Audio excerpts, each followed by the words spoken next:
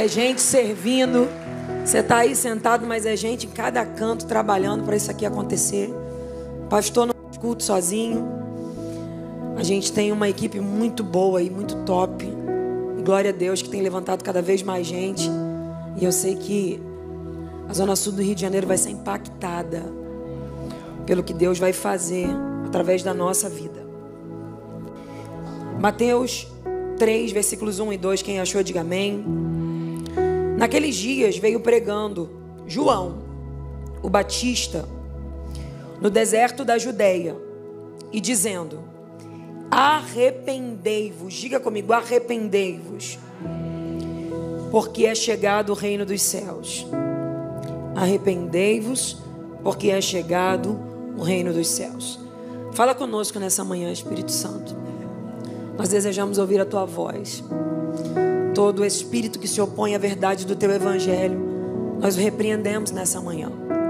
Senhor, dá-nos a consciência do reino, das coisas eternas, daquilo que não é passageiro, daquilo que a traça não corrói, que o tempo não pode destruir, daquilo que só o Senhor pode produzir em nós. Senhor, nós somos a tua igreja. Nós não somos um povo que se reúne por falta de opção de lazer aos domingos, ou às terças-feiras, ou nos outros dias. Não, nós teríamos tantas coisas para fazer hoje, mas nós escolhemos a tua casa. Nós queremos te tributar a primícia da nossa semana, o nosso domingo. Nós começamos a nossa semana no teu altar dizendo: Senhor, é tudo teu, é para a glória do teu nome. Então hoje nós estamos aqui, Senhor, como filhos mesmo, esperando o que o Pai tem a nos dizer. Qual é a maneira, Pai, que agrada ao teu coração? Qual é a maneira, Senhor, que te faz se alegrar conosco? Qual é a maneira que faz o Senhor olhar dos céus quando levantamos da cama e perceber: eis ali um servo fiel? É assim que nós queremos ser conhecidos, Senhor. Chega de sermos frequentadores de culto, chega de sermos praticantes de rituais, chega. Nós queremos ser verdadeiros cristãos. Nós queremos ter o mesmo sentimento que teve Jesus. E eu te peço nessa manhã, converte o nosso coração à tua verdade, Senhor, a começar em mim, começando por mim, passa pela tua igreja, produz em nós hoje frutos dignos de arrependimento, Senhor. Convence-nos da nossa imundície e mostra para nós que há um caminho que se deve ser trilhado. Fala conosco nessa manhã. Usa o vaso, Senhor. É de barro, é pequeno, mas é teu. Esse vaso tem dono. Fala com o povo, porque o povo também é teu. E fique à vontade no ambiente. A Lagoinha Zona Sul te pertence, Senhor. Quem manda aqui é o teu Espírito. Quem determina o que vai acontecer aqui é o Senhor. Que haja um quebrantamento de espírito, que hajam corações quebrantados nessa manhã. Palavra poderosa, oh palavra poderosa. O segredo não é a voz de quem fala, não é a eloquência de quem fala, não é o jeito que se é falado. O segredo é você, palavra poderosa de Deus. Você que é como espada de dois gumes que vai até a divisão da alma e do espírito. Palavra poderosa, desperta o teu povo nessa manhã, Senhor, pela tua palavra. Quebra cadeias, oh palavra de Deus, oh palavra de Deus, nós te exaltamos nessa manhã. Verdade que liberta, que fala sobre o amado da nossa alma. Eu te peço, Senhor, que haja um convencimento pela parte do teu Espírito e que saiamos daqui decididos. Aqui essa semana e os próximos meses serão diferentes na nossa vida. É o meu pedido a ti, em nome de Jesus. Amém e amém. Glória a Deus. Glória a Deus.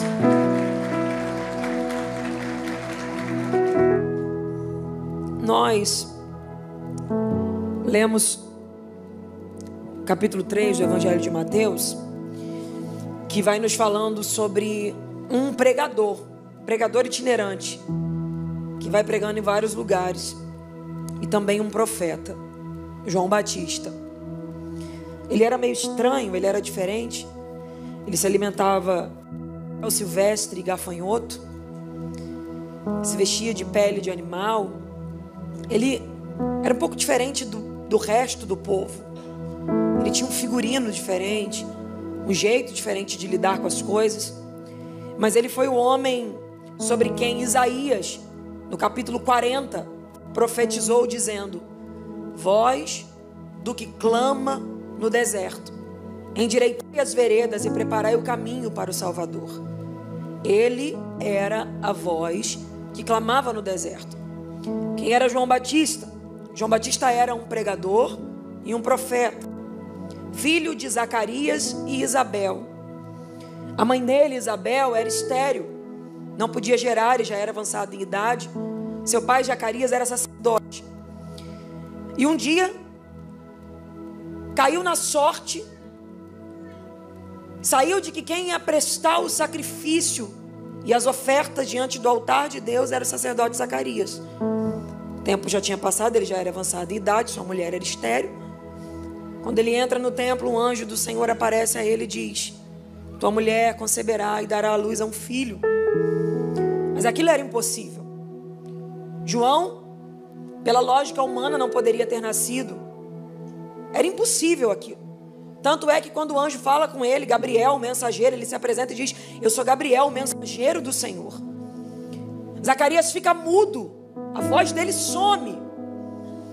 Ele volta para lá e não consegue mais falar.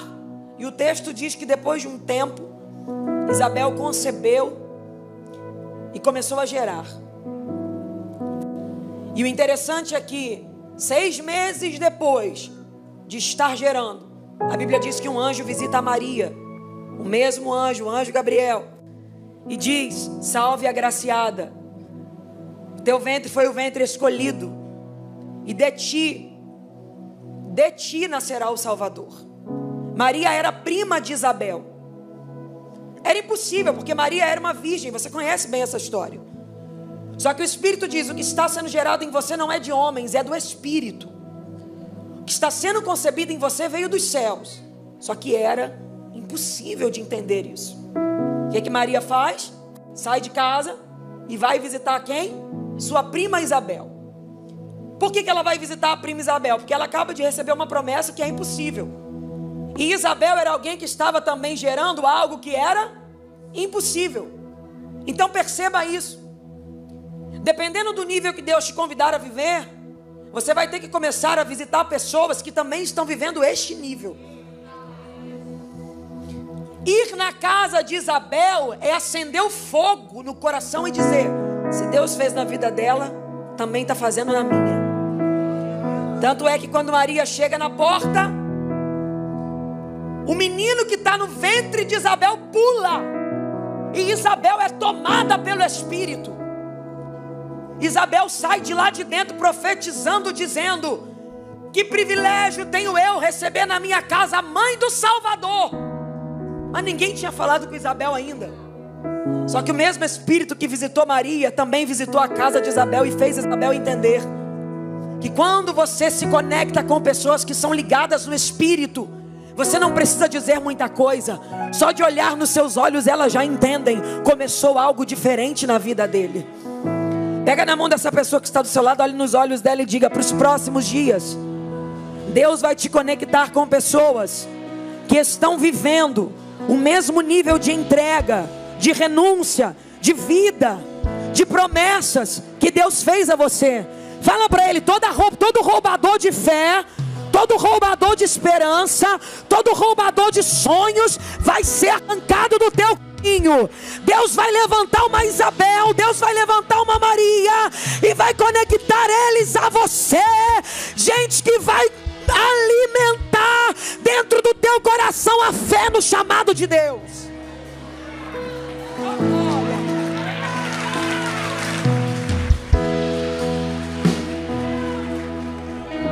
Para de andar com gente que você chega lá para contar a história e eles dizem assim: ah, mas aí isso é impossível, isso é loucura. Eles nunca vão entender a grandiosidade do que Deus começou a fazer na tua vida. E você vai ter que começar a se juntar com pessoas que compreendam essa dimensão. Maria vai até Isabel e Maria já está gerando o Salvador. No ventre João salta e o Espírito desce sobre Isabel. O menino ainda estava no ventre, mas acontece um movimento no coração, na alma desse garoto. Ele é o garoto que foi profetizado que ele prepararia o caminho do Salvador. Só que a Bíblia diz que João cresce. Lucas conta a história dele e diz assim: e João crescia e se robustecia e foi forjado nos desertos. Repita comigo: forjado nos desertos. Quem gosta de morar em deserto? Deserto pra gente é um lugar de passagem que a gente nem quer ir. Mas a Bíblia diz que João crescia e se fortalecia no deserto. Talvez alguém olhava a juventude de João, a fase da vida de João, e pensava: estranho, porque a vida dele é meio complicada, vive em deserto, vive em deserto, vive em deserto. É porque o deserto seria o palco do chamado dele. As multidões sairiam das cidades para vir até ele no deserto. Então o lugar onde você é forjado, a área onde você é forjada, a área onde você é robustecido, é porque é nela que Deus vai te evidenciar. Deserto era o lugar que João estava vivendo. Ninguém queria viver onde ele estava vivendo, ninguém queria passar o que ele estava passando, mas ali seria o palco da glória de Deus sobre a vida dele. O menino cresceu e a Bíblia diz: e apareceu João Batista. Só que o que era estranho é que a igreja onde ele pregava, entre aspas, a igreja, não era com ar-condicionado, não era de parede preta, não tinha as luzes bonitas, o microfone não era bom, não tinha um tecladista abençoado dessa banda, não tinha um baterista tocando, não tinha nada. Era o deserto, era quente, era ensolarado, era desgastante. E lá estava ele pregando. João não procurava os melhores lugares, João pregava onde era o seu lugar. E a Bíblia diz que as cidades esvaziavam para ouvir este pregador. Por quê? Porque a mensagem dele era boa, sim ou não? Não. Para o homem, nada. Olha o que João pregava: se arrependam. João não profetizava bênção para ninguém. João não profetizava milagre para ninguém. Ele só dizia assim: arrependam-se. O reino de Deus está chegando. A verdade do evangelho está vindo aí. Convertam os vossos corações. E quando eles viam, os fariseus, os escribas saíam das cidades e vinham ver, porque muita gente era batizada no batismo de João. Imersão, muita gente era batizada pelo batismo de João. Começou aquele alvoroço, as pessoas esvaziavam as cidades, os comércios estavam vazios, as coisas, as casas não tinham mais gente. Cadê todo mundo? Está no deserto. Fazendo o quê? Ouvindo um pregador meio louco. O que ele prega? Arrependimento. Aí os escribas e fariseus falaram: vamos também ver o que é isso. Quando João Batista via ele chegando, ele dizia: raça de víboras, quem vos convidou a fugir da ira vindoura? Que palavra dura, que mensagem dura, que conteúdo pesado. E por que atrai tanta gente? Porque não é sobre o que ele fala, é sobre o que ele vive e quem ele é. Porque o segredo não é o que se é falado, o segredo é quem está falando e a vida de quem está falando diante de Deus. Porque conhecer de letra, de Torá, do pé à cabeça, fariseu conhecia muito bem. Cumprir rituais, fariseu cumpria muito bem. Escriba conhecia a Torá de trás para frente, de frente para trás. E é por isso que quando se fala sobre Jesus, a Bíblia diz: que homem é esse que fala com autoridade diferente dos escribas? Há uma comparação entre Jesus e os escribas para dizer: ele fala a mesma coisa que eles, mas quando ele fala, milagre acontece. E quando eles falam, nada acontece. O segredo não é o que se é falado, o segredo é a vida de quem está falando, a entrega de quem está falando, a autoridade de quem está falando. Então o que eu quero dizer para você é o seguinte: talvez você só saiba falar o Salmo 23, talvez você só saiba falar o beabá dos crentes. Gabriela, eu não entendo nada de grego, de hebraico, eu não sei pregar igual você, não precisa pregar igual a mim. Se a tua vida estiver no altar, se a tua vida estiver diante de Deus, só de você abrir a boca, as multidões se renderão ao que você falar. Oh meu Deus! Pega na mão desse crente, olha nos olhos dele com cara de profeta. Eu sei que não existe isso, mas é para dar emoção, tá? Vou te ensinar como é que é cara de profeta, ó. Franze a testa, Fecha um pouquinho o olho na medida. Não olha devagar, não olha rápido para dar um susto. Olha nos olhos dele e pergunta para ele: quanto tempo tem que a tua vida não impressiona ninguém e não muda a vida de ninguém? Fala para ele: quanto tempo tem que ninguém testemunhou dizendo: aquilo que você falou mudou a minha história? Que evangelho é esse que nós temos vivido? Que as pessoas passam por nós e saem de perto de nós continuando sendo as mesmas. Se o evangelho é boa nova de vida, quem passar por você em uma conversa. Ontem eu vivi uma experiência e o Senhor me lembrou algumas coisas. O que eu estou pregando também é para mim, tá? O Senhor me lembrou algumas coisas. Eu estava no almoço e no almoço, almoçando, comendo, eu comecei a falar algumas coisas. E o Alcida falou: amor, você desembestou a falar e não parava mais. Ele falou: das duas, amor, você estava empolgado ou Deus estava te usando? E eu estava muito cansada, mas eu sentia que o Espírito queria falar algo. E eu comecei a falar. E no final de tudo, eu ouvi alguém dizendo assim: você desatou uma cadeia que me prendia há milhares de anos. Desde que eu sou criança, essa cadeia aprisiona a minha alma. E uma palavra que você falou, eu estou sentindo que a cadeia se abriu. Pega de novo na mão desse crente, olha para ele e fala para ele: você não está entendendo que o que você carrega não é comum. Fala: o mundo não pode receber esse espírito. Fala: porque ele não está pronto, mas o Espírito está em você. Fala: eles não têm, mas você tem. Eles não conhecem, mas você conhece. Onde você passar, alguém tem que ser transformado por aquilo que reside no teu interior. Oh!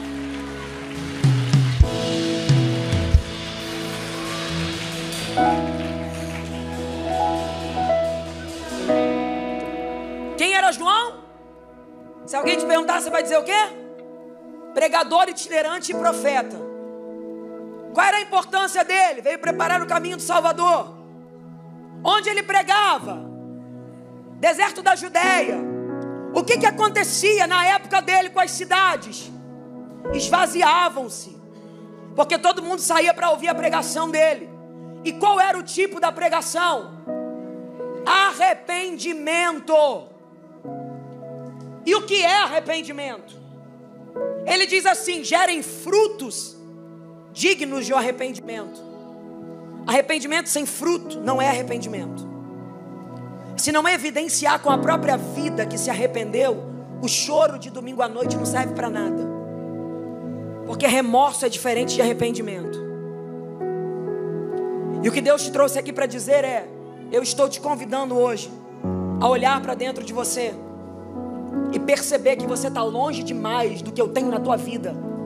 E não é por causa de mim, é por causa de você. E agora o que eu faço, Senhor? Inquiete-se com isso e me permita agora te ensinar o caminho de volta e te levar ao destino que eu tenho preparado para você. O arrependimento produz em nós ódio pelo pecado, não somente pelas consequências do pecado, mas pelo próprio pecado. Por que você não adultera? Por medo de perder sua família? Não, porque esse pecado vai me produzir uma separação do meu Deus. Por que você não erra contra o seu irmão? Por medo de perder a amizade dele? Não, porque eu não quero ferir o coração de Deus. Só que uma das coisas que Deus tem falado no meu coração é: deve-se haver ódio pelo pecado, não somente por este ou aquele, mas pela origem da vontade própria. Qual é a raiz do pecado? Quando no Éden o homem recebeu uma ordem, a mulher recebeu uma ordem, e a antiga serpente convidou o homem e a mulher e depois o homem, influenciado pela mulher, a viver e a se portar de acordo com aquilo que era a sua própria vontade. Essa sou eu, esse sou eu, esse é o meu jeito, é assim que eu faço, é assim que eu quero. Ninguém manda na minha vida, Eu ando do jeito que eu quero. Eu falo o que eu quero a hora que eu quero. Eu fui muito massacrado por muito tempo, então eu aprendi a viver assim. Deus te trouxe aqui, te sentou nessa cadeira para te falar. Uma vida comigo não é uma vida onde a sua vontade prevalece. Você vai descobrir que eu tenho vontades para a sua vida que são melhores do que as suas. Porque eu quero te dar o fim que você espera. É olhar no espelho. Olhar para essa carcaça que você está vendo dentro dos seus olhos, que foi deturpada por uma vida constante de erros. Porque uma mentira, depois de muitas vezes contada, começa a virar verdade na nossa mente. Um pecado, depois de muitas vezes praticado, começa a virar comum. É olhar no espelho e dizer: eu até gosto de você, Gabriela, mas já que você não combina com quem o Senhor te chamou para ser, eu renuncio a você. Porque Jesus disse: se alguém quiser vir após mim, Ele não disse que ninguém é obrigado, mas Ele disse: se alguém quiser vir, faça o quê? Negue-se a si mesmo. Vamos ser sinceros. Nós nos tornamos frequentadores de culto onde o evangelho tem que ser aquilo que eu gosto? Ou a vontade de Deus ainda é a coisa mais importante da minha vida? Se pergunte isso todos os dias. De verdade, alguém pode olhar para você e dizer: ali está um cristão? Alguém pode olhar para você e dizer: ali está um verdadeiro servo de Deus? Ou quem olha para você e diz: ali está um frequentador de culto? Eu não sei você, mas o Espírito Santo nesses últimos tempos, e é de agora, tá? Ele tem me incomodado tanto, mas tanto, tanto. E tem dito para mim assim: volta. Ué, voltar para onde? Se eu lutei uma vida inteira para chegar onde eu cheguei, e foi o Senhor que me prometeu que eu chegaria aqui. Ele não está dizendo volta a tua mente, Ele está dizendo volta o teu coração. E foi essa revelação que Deus trouxe para mim na mesa ontem do almoço, e eu quero dividir ela com vocês. Porque o arrependimento que produz conversão te faz mudar de rota. Quem é você, o mesmo que você era quando se converteu? Ou você percebe que Deus já quebrou muita coisa de dentro de você? Ainda está claro que você é filho do seu pai e da sua mãe? Porque você ainda aparece no jeito, nas manias, nos erros e nas coisas que você sempre pareceu? A origem do DNA de erro que veio acompanhando a tua família ainda reina em você? Ah, ela é igualzinha a mãe dela. Os gritos que ela dá são os mesmos. Não, é um gênio de família, sabe? Não, uma vez que a gente passa pela cruz, não, ele é igualzinho o pai dele. Ele não consegue conversar com os filhos, ele é turrão. Ele não senta na mesa, ele não olha nos olhos. Ele tem um momento dele, não, mas ele é trabalhador. Ele vai para o trabalho, ele volta, ele se dedica, mas não senta na mesa, não tem tempo de família, não tem comunhão com a família. Não ama a esposa, não valoriza a esposa. Não senta com os filhos, não elogia os filhos, não olha nos olhos dos filhos, não tem tempo de mesa. Ah, mas eu só posso dar o que eu recebi. Pois é, você recebeu isso do teu pai. Mas quando você se converteu, o teu Pai Celestial te ensinou o que é ser pai. O Evangelho não é só um convite a ser um bom crente, é ser um convite a ser bom em todas as esferas da sociedade.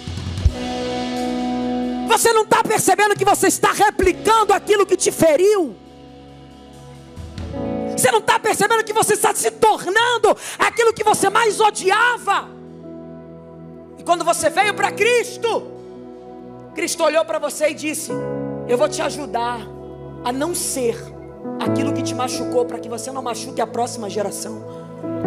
Quando você veio para Cristo, Cristo olhou para você e disse: em você as gerações futuras, através do meu Espírito, serão totalmente modificadas. Se o teu pai foi um pai que te abandonou, tu serás um pai de primeira linha, que os filhos vão ter orgulho de falar: eu tenho um pai presente. Se a tua mãe foi uma mãe que te feriu, que te abandonou, que te rejeitou, eu declaro que para as próximas gerações, eles testemunharão de você dizendo: eu não sei nem como, eu sei que vovó era terrível, mas a partir da minha mãe, começou uma nova história para a minha geração. Aí entra o que Nicodemos perguntou para Jesus, e eu vou dizer para vocês: Ele perguntou dizendo: tá bom, Senhor, beleza. Igual talvez você esteja pensando agora: Gabriela, bonito o seu discurso, mas eu tenho meus 48 anos, meus 52 anos. O tempo passou. Tem coisa que parece que já virou raiz em mim. Eu já não consigo mais mudar. Tem coisa que eu nem gosto em mim, mas eu não consigo mais mudar. Já virou raiz. Foi a mesma pergunta de Nicodemos: Jesus, pode um homem ser velho, sendo velho, nascer de novo, voltar no ventre da sua mãe? O que ele estava dizendo é: o que é isso? É uma regressão que acontece? Jesus disse para ele: não, Nicodemos, não é assim. É da mesma idade que você está, mas inexplicavelmente, quando a água e o Espírito te fazem nascer de novo, você não tem mais o DNA corrompido que veio antes. As partículas e as células, o DNA do céu começa a ser inserido nas suas veias. Oh meu Deus, Deus está mandando eu levar para esse lado. Eu não sei porquê, não tinha nada a ver com o que eu ia falar, mas Deus está me falando sobre um contexto geral de pessoas que estão falhando enquanto família. Tu não está percebendo, tu é o melhor no teu trabalho, mas dentro da tua casa tu é péssimo. Se perguntar para o teu patrão, ele vai dizer: é o melhor que eu tenho. Mas se perguntar para o teu filho, ele vai dizer: se eu pudesse, eu gostaria de ter outro pai.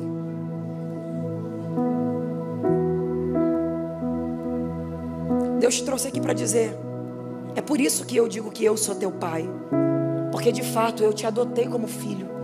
E quando te adotei, não só te trouxe para a família, eu te enxertei na videira. Jesus podia dizer: não, eu deixo os escolhidos aqui na videira, e os que vieram depois, eu coloco num potinho, mas também vão estar juntos. Não, ele enxertou no mesmo lugar, para que a mesma seiva que corre no tronco, aleluia, a mesma seiva que sai da raiz e corre no tronco, também passe por você. Olha nos olhos desse crente, diga para ele: você não está entendendo, mas o evangelho também é uma mudança completa do teu eu. Fala para ele: chega de ser essa pessoa ranzinza, intransigente. Mas eu tenho meus motivos, eu fui ferido. Não, antes de conhecer Jesus, porque depois de Jesus a cura vem, a restauração vem, a transformação chega.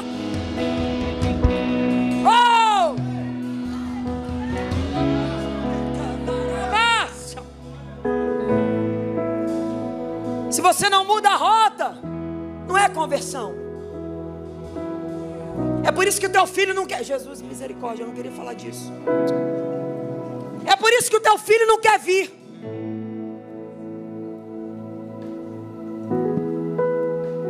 Porque quando ele olha para você, ele não percebe mudança nenhuma. Ele só percebe uma mudança de logística.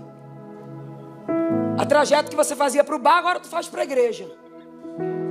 Só mudou a logística, mas o interior não mudou nada. E aí você fica orando orações vãs que se repetem. Mas Deus está dizendo: a oração, essa oração que você repete,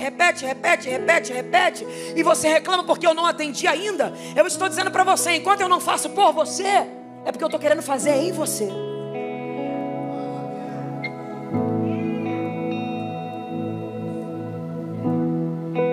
Hoje Deus trouxe a gente aqui para fazer isso, ó.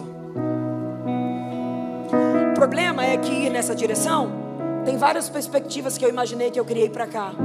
E a conversão real em Deus, ela faz isso comigo, ó. Eu mudo de rota, eu deixo para trás tudo que eu imaginei, o que eu projetei, as minhas perspectivas pessoais, e eu decido que a partir de hoje eu quero abraçar quem Cristo desejou que eu seja. Porque eu entendo que o meu contato com a minha origem, porque a minha origem não é do ventre da minha mãe. Mas eu vim do ventre da minha mãe. A tua origem não é do sêmen do teu pai, mas eu vim do sêmen do meu pai. Não! Antes de ser gerado no ventre da tua mãe, tu foi gerado na eternidade. Deus está dizendo: volta à origem.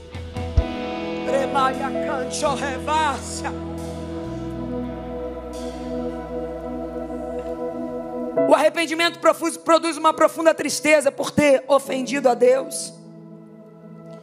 Aquele que não se entristece pelos seus pecados, deleita-se neles. Entenda uma coisa, a vida com graça também é uma jornada que tem início, meio e fim. Jesus nos mostra que os pré-requisitos dessa jornada, um dos pré-requisitos é o arrependimento. Deus ama a todos, é a frase que a gente mais ouve. Sim, mas Deus não é refém de relacionamentos tóxicos. Relacionamento é uma via de mão dupla. Se só um lado entrega e o outro não, isso é relacionamento tóxico. Deus não é refém de relacionamentos tóxicos, onde só Ele entrega e alguém diz: não, continua fazendo a tua parte e eu vou ficar na minha. Deus ama a reciprocidade. Prova isso, prova. Ele diz: quem me honra, eu honrarei. Quem me confessa diante dos homens, eu vou confessar diante do meu Pai que está nos céus. Quem me busca, quem me ama e me busca de madrugada, me encontra. Buscar-me-eis e me achareis. Ele está dizendo: você vem e eu vou, você vem e eu vou. Quanto mais você vier, mais de mim você vai ter. Quanto mais perto você chegar, mais perto eu chego. Eu estou sentindo graça de Deus aqui. Deus está convidando a igreja a uma entrega verdadeira, a uma vida real. Emanaragaça. Gabi, mas eu acordo religiosamente todos os dias às 5 da manhã, e de 5 às 6 da manhã lá está a minha leiturinha do meu devocional. Tu não viu que você virou um religioso? Ué, Gabriela, como assim? Tu já botou como prática de costume. Tu já botou como prática de costume. Não é paixão mais, é obrigação. Não é paixão. Aquela coisa que você levanta, está indo na cozinha e alguma coisa está dizendo: vai lá, eu quero falar contigo. Quem já sentiu isso? E aí você está entrando no carro e ele diz: para um pouquinho, vamos conversar.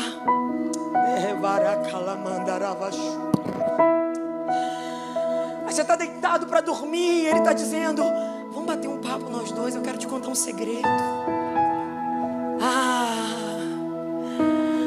Para ganhar uma terra perdida, seca e árida, só uma igreja apaixonada. Gabriela, mas se a gente cumprir os rituais certinhos, se a gente fizer tudo que tem que fazer, se a gente fizer as obrigações certas, não adianta. O inferno não se rende aos cumpridores de obrigações. O inferno se rende a uma igreja apaixonada. Na mão que eu vou liberar uma palavra sobre a tua vida agora.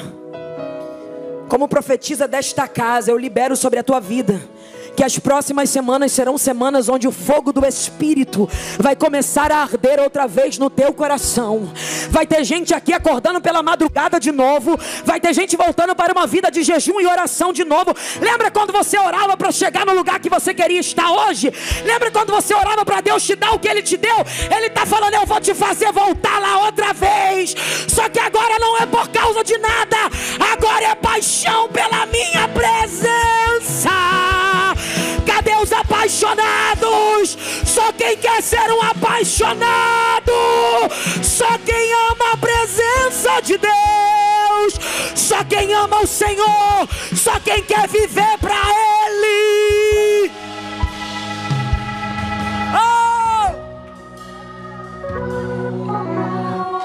Paixão.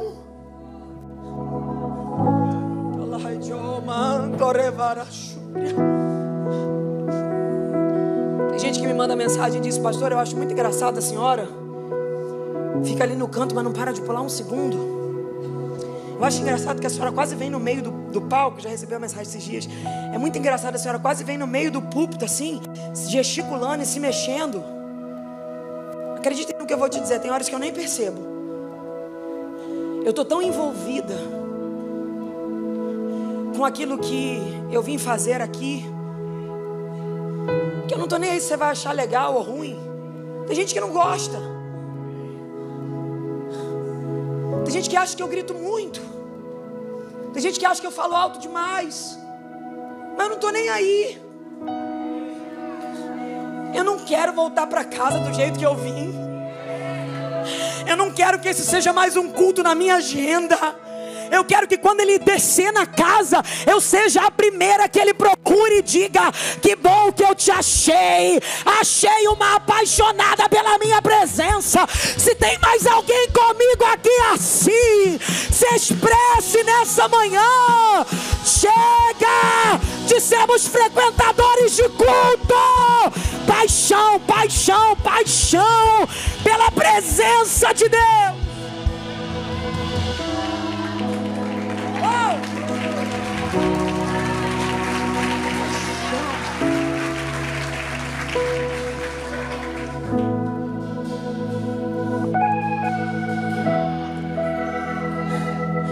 O Novo Testamento, e eu já estou encerrando agora, vou passar bem rápido. Ficou horrível, tá? Vou fingir de novo. Eu vou encerrar agora.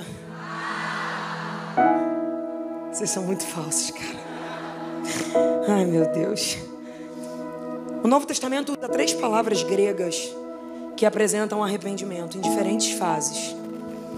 Primeiro, esse Mateus 3:2 que nós lemos, produzam frutos dignos de arrependimento, é o metanoeu. Metanoeu significa mudança de mentalidade. Eu troco a minha mente. Qual é o segredo da vida com a mente? A mente nasce sem nenhum tipo de informação, tá? É como se fosse uma tábua, uma folha em branco. Você não tem informações, então ela não é expandida. Aí você vai começando a ter experiências. Coisas simples que aumentam sua mentalidade. Sair de um lugar e conhecer uma outra cultura. Viajar para outros lugares e conhecer culturas novas. Passar por problemas e superá-los amplia sua mentalidade. Vencer dores amplia sua mentalidade. Superar uma situação amplia sua mentalidade. Apaixonar-se, entregar-se à paixão, mesmo que isso cause sofrimento, aumenta a sua mentalidade. Você vai produzindo coisas que vão te esticando na mente. O arrependimento é isso, é um convite a que a sua mente seja sempre transformada. Por isso que Paulo disse: não vos conformeis com este século, mas transformai-o. Não, transformai-vos pela renovação, pelo ampliamento, pelo crescimento da tua mente. Mentes pequenas são reflexos de pessoas pequenas. E quando eu digo pequena, é de gente que não consegue compreender o todo. Deus está te convidando a ampliar a sua mentalidade. Ah, mas eu vim, você não tem noção, Gabriela, eu vim da roça, eu cresci sozinho, eu cheguei aqui e eu me estabeleci aqui. Beleza, se estabeleceu, lutou, chegou, ampliou a mente. Mas agora o convite de Deus é: vamos ampliar mais um pouco a sua mente. A nossa mente tem que estar constantemente sendo esticada, para que ela vá alcançando formas, jeitos. Porque quanto menor for a sua mentalidade, mais você critica as pessoas. Quanto menor for a sua mentalidade, mais você se embaraça com coisa pequena. Quanto menor for a sua mentalidade, mais você se prende a negocinhos que te fazem perder tempo desnecessário. Quando a tua mente começa a crescer, você vai entendendo o todo e você diz: eu não vou perder tempo com isso. Eu não vou me embaraçar com isso. Ah, aí você começa a ver que uma coisa que te fazia chorar 2 meses atrás, hoje não faz mais. Tua mente aumentou. Você entende que aquilo não vale mais a tua energia, não vale mais a tua força. Você começa a entender que Deus é o princípio de tudo na tua vida e você precisa estar conectado com Ele. E Ele mesmo vai expandindo a tua mente para que a tua mente compreenda cada vez mais as grandezas do reino de Deus. O arrependimento produz isso. Diferente do que muita gente pensa, que os crentes são bitolados, são burros. Que é isso, pastora? Que palavra pesada é o que falam sobre nós, que fizeram uma lavagem cerebral em nós, e que nós não sabemos nada que aprendemos, e que ali é um bando de gente ignorante, que não tinha mais para onde ir e veio para cá. Preciso respondê-los dizendo: saibam vocês que um dos camaradas, que é considerado a espinha dorsal do evangelho, o apóstolo Paulo, só era um poliglota. E mais do que isso, letrado, doutorado, conhecedor das escrituras. Então entenda, o evangelho não foi estruturado por leigos. Deus usa os leigos, usa, mas também usa os sábios. Gabriela, mas por que existem os que não sabem, que têm a mente pequena? Porque estão vindo, mas não estão se permitindo viver o crescimento.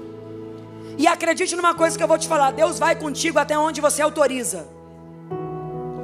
Porque chegam umas horas da nossa vida que Deus convida a nossa mente a expandir. E é assim, ó, eu aprendi a vida inteira. Eu contei isso pra vocês. Eu aprendi a vida inteira coisas que a minha família me ensinou e que era assim. A minha mente era programada para aprender daquele jeito. Aí Deus me leva para uma igreja completamente diferente. Lagoinha, Rio, Pastor Felipe Valadão. Pensa num camarada que zoa no púlpito, que brinca. Top, eu amo meu pastor. Nós somos apaixonados por ele. Ele que confiou a visão de estar aqui a nós. Mas imagine para mim no começo quanto foi difícil, porque eu vim de uma outra coisa que era diferente. Não é certo nem errado, era diferente. Aí quando Deus me convida a transicionar para essa nova estação, primeira coisa, parede preta. Está repreendido em nome de Jesus. Esse negócio dessa cor aí não é de Deus não, é do diabo. Era minha mente. Foi o que eu aprendi. Aí Deus estava me convidando, dizendo: vamos expandir um pouquinho essa mente. Para isso eu precisava me arrepender. Me arrepender de quê? Do ego formado em mim, que dizia: eu tenho razão, o que eu aprendi é o certo. E aí o arrepender é fazer isso, ó. Deus estava ali dizendo: vem. E eu, mas ei, para a sua vida, o projeto que eu quero para você, você vai ter que ter humildade. Uma das expressões disso fala sobre humildade, porque só se arrepende quem tem coragem de se curvar. Você não tem razão em tudo. Por mais que você tenha aprendido assim a tua vida inteira, vai chegar horas que Deus vai te levar para lugares que são diferentes do que você aprendeu. Pedro, o top, a pedra que Deus escolheu para estar na igreja, o cara, Deus fala para ele: vai lá visitar Cornélio. Mas Cornélio fugia totalmente do que Pedro acreditava que podia receber o Espírito. Ele não fazia parte do grupo que Pedro imaginava, mas Pedro aprendeu desse jeito. E entendo o que eu vou te dizer: era o cara, Deus era com ele, tinha unção, tinha poder. Mas tem áreas que Deus só entra se você autorizar. Tu pode ir para o céu com a mentalidade pequena, mas você pode escolher também viver uma vida abundante. Pedro chega na casa de Cornélio, rejeitando aquilo: não, eu não quero. E o Senhor falou: ministra o Espírito sobre ele. Não vou. De repente aparece um lençol descendo. E tudo que tem ali tem coisas que não combinam com o que o Pedro está acostumado a ingerir. Mas quem está dando aquela revelação é Deus. E aí fica de um lado o Pedro, que o ego está formado, e de um outro lado o Pedro que está dizendo: eu quero viver algo mais em Deus. Está chegando fase na tua vida que Deus vai te convidar a esticar de nível e ampliar a tua mentalidade. Esse é o metanoeu. É a condição onde você se arrepende de ter travado o que Deus queria fazer e se permite humildemente entrar na nova forma que Deus tem para você. Outra expressão no original para arrependimento é o metamolomai, mudança de coração. Mas desse eu quero falar por último, porque a terceira coisa que se fala sobre arrependimento no Novo Testamento é o metanoia. Mudança de curso de vida.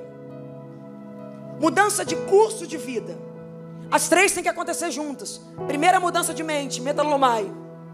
Metanoeu, primeira mudança de mente. Eu mudei, eu vi que eu preciso, que o que Deus tem para fazer está num curso diferente. Mas eu estou nessa frequência, eu aprendi desse jeito. É o meu jeito, é a minha mania, é a minha forma. O que eu faço? Deixo Deus me quebrar. E entro na metanoia, mudança de curso. Você consegue compreender o que Deus está te convidando nessa manhã? Você não está no mesmo cargo a vida inteira no trabalho, não é culpa de Deus. É porque você, com o seu orgulho, se enrustiu numa forma para agradar pessoas e não se permite transformar em nada. A pior luta nossa não é contra o diabo, é contra nós mesmos. Eu conheço gente cheia do Espírito, cheia de unção, de poder, de autoridade, de graça, mas que não permitiu Deus ampliar a sua mente. trabalho de Deus não é só com a nossa alma, é com o nosso intelecto, com as nossas emoções. Eu conheço gente que não permitiu Deus ampliar ou curar as suas emoções. Não, mas ele me deve desculpa. Aí Deus está dizendo, deixa isso para lá. Não, mas enquanto ele não me pedir desculpa, tu está guardando raiz de amargura, deixa isso para lá. É como se Deus estivesse te convidando a subir de fase, e essa bagagem não dá para você subir. Ele está dizendo, solta ela. Mas é crente, é usado por Deus, é do manto, é do mistério. Vem em todos os cultos, é voluntário, é profeta. Mas se não se abrir por completo, continua vivendo as mesmas fases, apesar de estar no lugar onde Deus quer te promover. E a terceira coisa, foi o que eu disse para vocês, é metamolomai, mudança de coração. Mateus 21, 2 e 29, Hebreus 7, 21. Quando o termo usa arrependimento, a Bíblia está dizendo sobre mudança de coração. E eu vou ensinar uma coisa para vocês, que Deus me ensinou ontem na mesa do almoço, e eu vou passar para vocês com muito amor, porque antes de falar para vocês, Deus falou para mim. E agora a minha busca, quando vocês me perguntam, pastora, o que a senhora está buscando? Saibam que é isso, mudança de coração. O que acontece com a mente? A mente vai para frente, a mente cada vez mais expande, a mente vai ficando grande. É como se Deus estivesse te convidando a ter mente de gente que já viveu milhares de coisas e de experiências. Porque se você consegue aprender mais rápido, tu chega mais rápido. Então a mente para frente. Mas e o coração? O coração é para trás. Tá maluca, pastora? Como assim? A Bíblia diz que aquele que tiver o coração como de uma...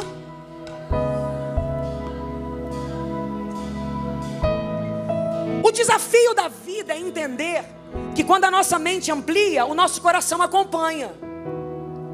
Me explica isso, Gabriela. Explico. Você vai ficando maior, você vai chegando a lugares maiores, você vai se tornando mais forte, mais robusto. Só que isso vai criando proteções no teu coração.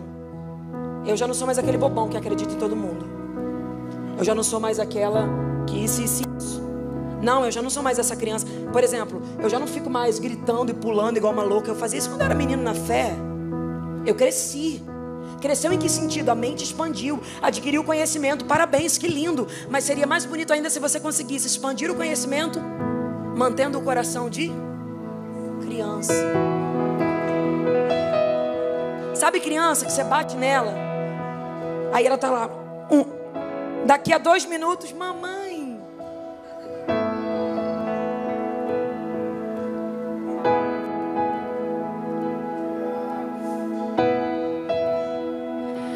Deus disse para mim, volta a ter o coração que você tinha quando eu te chamei. Aí eu questionei ele, falei, mas o Senhor mesmo me convidou a ampliar meus limites. Ele me disse, eu quero ampliar sua mente, mas quero sempre manter o coração daquela menina. Só que a vida, o mundo, as pessoas ensinam pra gente. Cresce. Se fosse você, não é todo mundo, tá? Não é não sei o quê. Você já olha para uma situação com o teu pensamento de maldade. Uma pessoa se aproxima só porque todo mundo te feriu. A pessoa se aproxima com boa intenção, mas você já vê o mal. Você se fechou para a vida, se fechou para relacionamentos, se fechou para amigos, se fechou para a igreja, se fechou para projetos, porque te feriram num lugar, te feriram de um jeito. Aí teu coração, não, meu coração cresceu. Diferente disso, teu coração começou a ter cicatrizes das impurezas que lançaram em você e você deixou entrar. Gentilmente, olhe nos olhos dessa pessoa que está do seu lado, olhe para ela e diga, hoje Deus veio resgatar tua pureza. Fala para ele, lembra daquela menina, daquele menino apaixonado, fala que acreditava em tudo, que sonhava alto, que falava até que ia chegar na lua um dia. Esse é o coração de criança, que não precisa de coisas palpáveis para acreditar. A criança, você dá um beijinho e fala, pá, passou. Ela acredita que passou. E é tanta loucura isso, olha isso, que quando Deus encontra na igreja um crente com coração de criança, Ele sabe que pode fazer qualquer promessa, que pode parecer loucura, mas essa pessoa vai acreditar, porque a pureza te faz olhar a integridade de quem Deus é.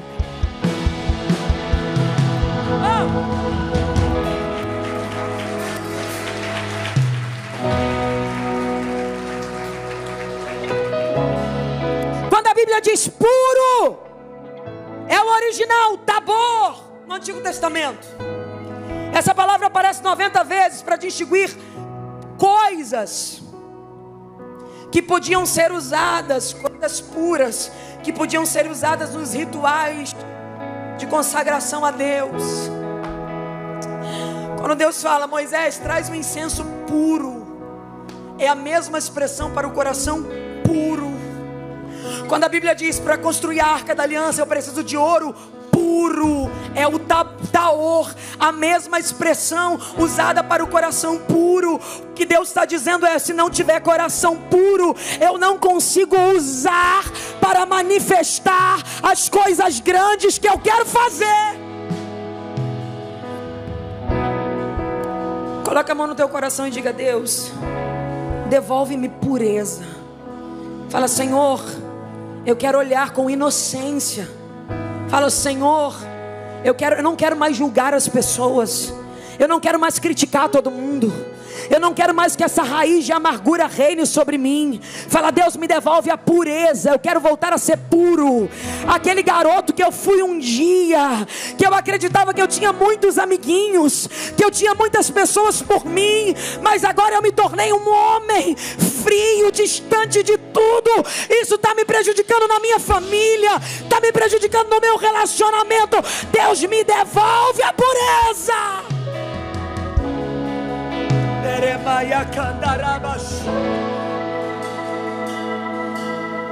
Deus te trouxe aqui para dizer, todos os rituais sagrados onde eu vou me apresentar, eu quero colocar você para participar. Quando ia pedir sacrifício, ele dizia, traz o animal puro. Quando ele desce na igreja e quer descer fogo sobre nós, unção, ele procura onde estão os puros.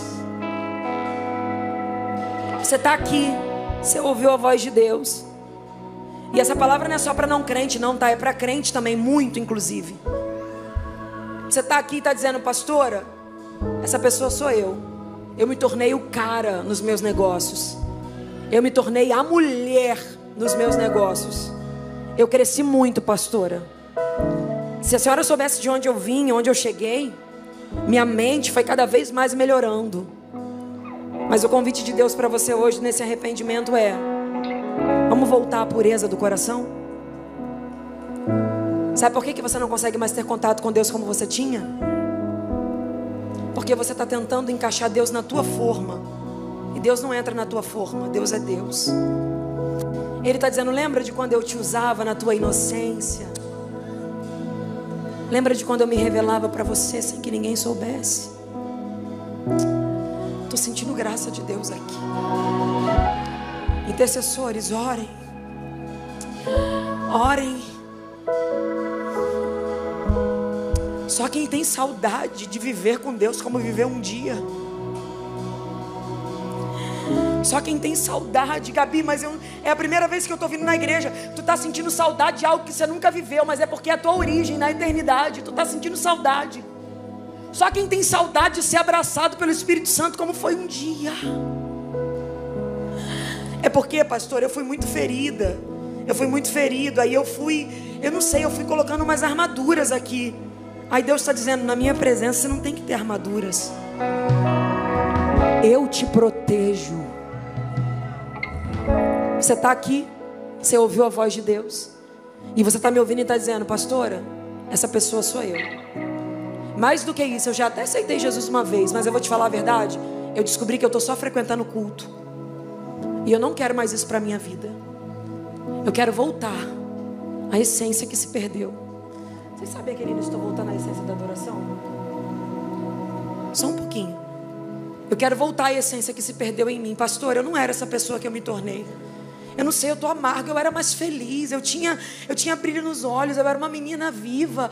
Mas é porque eu também fui muito machucado. Você não está entendendo, eu estou aqui, eu sou um homem, eu sou sério, mas eu já fui traído.